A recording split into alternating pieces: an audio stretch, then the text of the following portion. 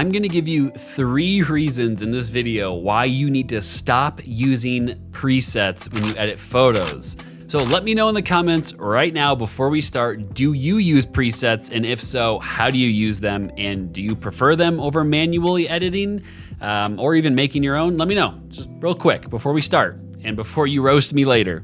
So reason number 1 as to why you shouldn't use presets, and arguably one of the most important, is because you don't really get to learn or understand the value of different tools in the editing software. Of course, when you apply a preset, sometimes you can actually see what was done to the photo in the editing portion, but you don't really quite have that grasp as to like what each individual slider did. And I'm gonna give you an example of that right now.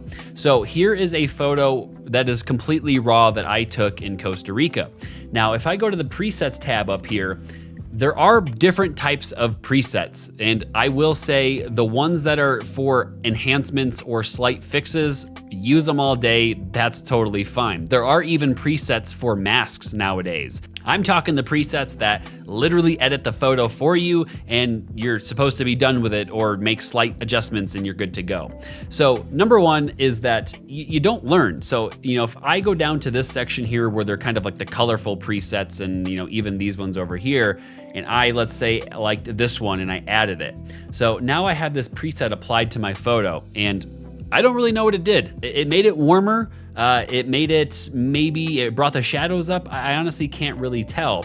I'm actually surprised that the preset only brought up the curves on the highlights, because it almost looks like it brought the shadows up a little bit, which it didn't. Of course, you do want to also adjust your exposure and make sure that it's perfect before you apply a preset. So I might just go in here and just add a little bit of adjustments here to make the photo look the way I would want it.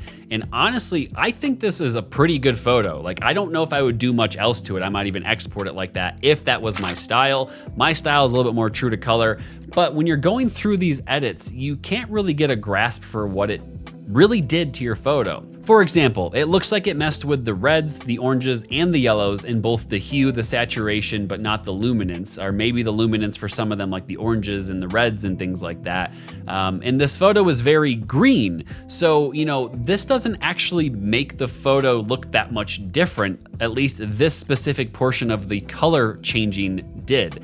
Maybe the yellows did most of the work because there's a lot of greens and there's a lot of yellow in greens. But if I were to mess with, let's say, the reds and bring up the saturation up and down, you can't see anything happen to that. So it's kind of, doesn't really do anything. The oranges you will see a little bit because of the skin color on a person, but that's really the only thing it's affecting here. And then as far as the yellows, you may notice it changes the colors of the greens because, again, there's yellow and green. So, if you were to apply the same preset to the entire gallery I have, it wouldn't apply the same to every photo. So, that goes into another point, which we'll get into. But, when you go back down to the color grading, you might not really understand what it did to your photo too. So the point being here that when you use a preset, you don't really learn the tools as effectively as you would by doing this by yourself. Now, there's no problem with using presets and really trying to copy it to understand kind of what it did. That way you can really learn what the editing process looks like. But the more you use presets, the less you actually get to understand different photo techniques and how it works. And in the end, if you do this for years on years on years, you're really not going to learn. And now the biggest thing I see is beginner photographers using presets because it's usually the easiest way to kind of get into editing without having to really learn it. And that's where I think the big downfall is. I think if you are going to use a preset, using it as a very skilled professional photographer is going to be more likely usable or, understandable than when you're just starting out. Because when you're just starting out, the one thing you want to do is learn. You definitely want to continue learning more and more and more every day. And if you're not, then you're never going to get better as a photographer, especially if you're not editing your own photos, you know? You won't learn the process of taking a good photo and having good exposure and all of that because you're having something else edit the photo for you. It's basically like having someone chauffeur you around in a car and drive you around all day, and then you never drive a car, but then you expect to know how to drive a car 20 years later after never driving your car. So, I mean, you're not gonna be a good driver if you've never driven before. It's just fact, you know? On to part number 2, or topic number 2, presets don't work for every photo. Like I just explained earlier, looking at the color section of the photo, some photos will have different colors in them. Like this photo has a lot of greens and oranges. That's it. It doesn't have a lot of blues. It doesn't have purples and magentas or reds and some oranges with a person's skin. Let's apply this same preset to this gallery here in Colorado where there are blues, there are some tans, there's some greens, there's some yellows. You know, you get an entirely different looking photo. It looks very warm now, but you can see how this turned it very reddish and kind of sepia looking. Let's go to a completely different example for this because again, it can change for every single photo. You use it on this photo and it definitely does not look good at all. Honestly, most of these presets don't look good at all on this specific photo. So, you know, point being that when you use presets, it's not going to be a guarantee that it works on every single photo every single time.